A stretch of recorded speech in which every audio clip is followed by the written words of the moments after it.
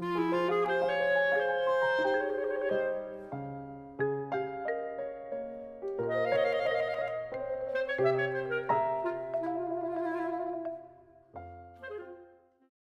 childhood, for the most part, was very happy. I grew up in a Latino family. I remember a lot about having parties and stuff at home, dancing and laughing and things like that.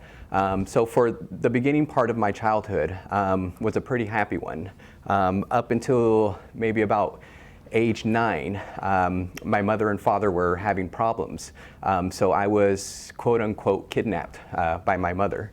At that time, me and my brother, we took off to Washington State and we separated from my mom and we went into hiding for like 2 years. So for like 2 years, I had changed my name. I went by the name of Charlie White.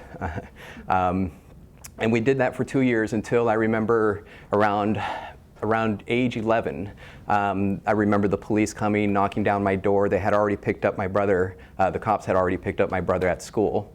And at that point, I remember being really scared and having my brother call me and talking to him about it. And I finally just let myself go. After about 2 hours of hiding, I surrendered myself. They took me in. I went to a group home for a little while and so forth. My father, who I had barely known at that time, came, he picked me up and we took a drive and we moved down to California, Southern California. And then my childhood changed again. I consider myself a West Coast baby. I've lived all over the West Coast. And my father was in the military. While my father was in the military around the age of 12, me and my brother basically raised ourselves because my father was fighting a war in Nicaragua. And that's kind of the core of my youth, my childhood. When I was younger, it was very difficult because I grew up in this kind of multicultural world. I had my black friend across the street, my Spanish friend down the road, my Asian friend across from me, and I remember just getting along with everybody. But I remember, because I moved in so many different places, I had a hard time with my own identity. I watched a lot of TV. Television taught me that I was an American, a white person like anybody else, even though I was Latino. So it's hard to identify because when I got pulled away from my Latino family, little by little I had lost a lot of my Spanish. When I was really small in kindergarten, I was held back from kindergarten because I knew too much Spanish. I remember having to learn English, and then my parents started talking less Spanish to me. So I started losing it there, and then when we moved, when I was kidnapped, I was in a world where it was only English speaking. So then little by little, I started losing my Spanish and my connection to my Latin family until we got together again, maybe about 10 years ago. During my teenage years in high school, it was also a very turbulent time.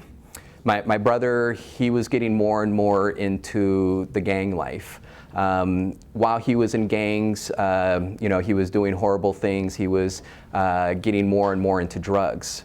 At that time, I started to fall myself. So even though he was in Southern California and I was in Tacoma, Washington, we both started hanging out with the wrong crowd for a long time.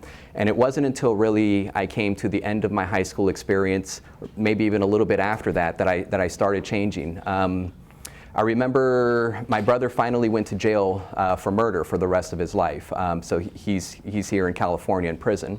And when that happened, it started changing me little by little. When I was before I was 18, I started getting a lot of trouble. But it's one of these things where when you're young, the police officers give you a slap on the wrist. It's not a big deal. And then when I turned 18, I started finding myself going to jail more and more. The day before I turned 19, I was in jail. And I remember sitting there looking around and thinking, wow, this is where my brother's going to live for the rest of his life. And I remember thinking that that's not what I wanted to do. I loved being around women. I didn't want to be in prison where I had to hang out with males all day long. So I made it a point. The day before I was released, it was the day before my 19th birthday, and I made a promise to myself that I would never again go to jail again. And I've stuck to that till now. It was hurting my mother, I guess I would say. My mother was probably the best mother a person could ask for. She loved me as much as any mother could love their son. And going to jail and seeing myself going down the same lines as my brother, I could see the hurt in her face. So for me, the biggest letdown or disappointment would be seeing myself go down the path that my brother was and seeing how that affected the people around me, especially my mother.